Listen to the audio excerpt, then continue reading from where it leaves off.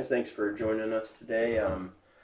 In honor of Cyber Awareness Month, just wanted to ask you guys a little bit about personal cyber liability and just hear what you guys have to say on the matter.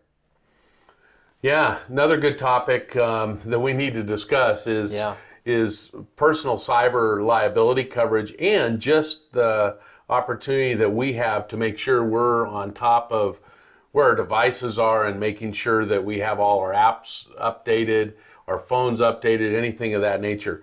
But I think one of the most important things is there are some carriers out there, and we represent them, that are starting to offer cyber liability coverage on the homeowner's policy.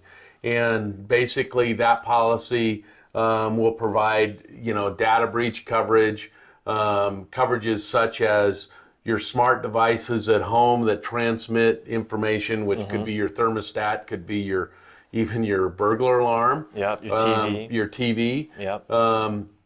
And even some things as simple as, the baby monitor, if you have a baby, that somebody can access your data. Yep. But there's one thing we just want to mention to you, and I'll have Andy share with you an incident that we've been told about that really is more relevant to somebody being held for ransom. Yeah, so we've heard of stories where students will be typing up their homework or paper, final things that they have to prepare for school, and their computer gets hacked into and held ransom.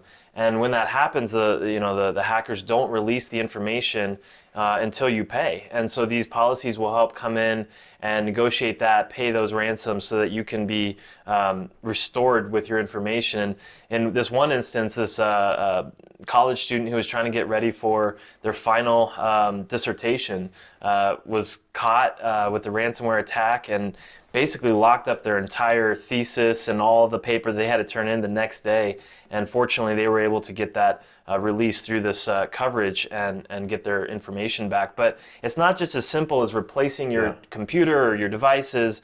Sometimes that data on there is more crucial than the device itself. And so obviously, a coverage like that would really come into play and help protect those individuals that have been a victim of that attack.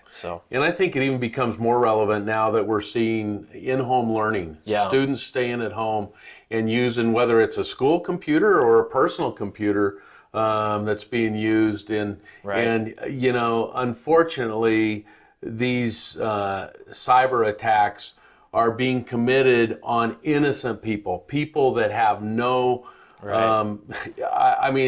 it's crazy. Yeah, and it tends to be where in the home there's less protection than even in businesses, and so that's an easier, more vulnerable place to attack. And so we are seeing a heavy, presence of hackers get in there and steal data and all kinds of stuff. And so it's even more important to have that protection, not only in the defense of people getting onto your devices, but also if it does happen, having the insurance to protect it as well.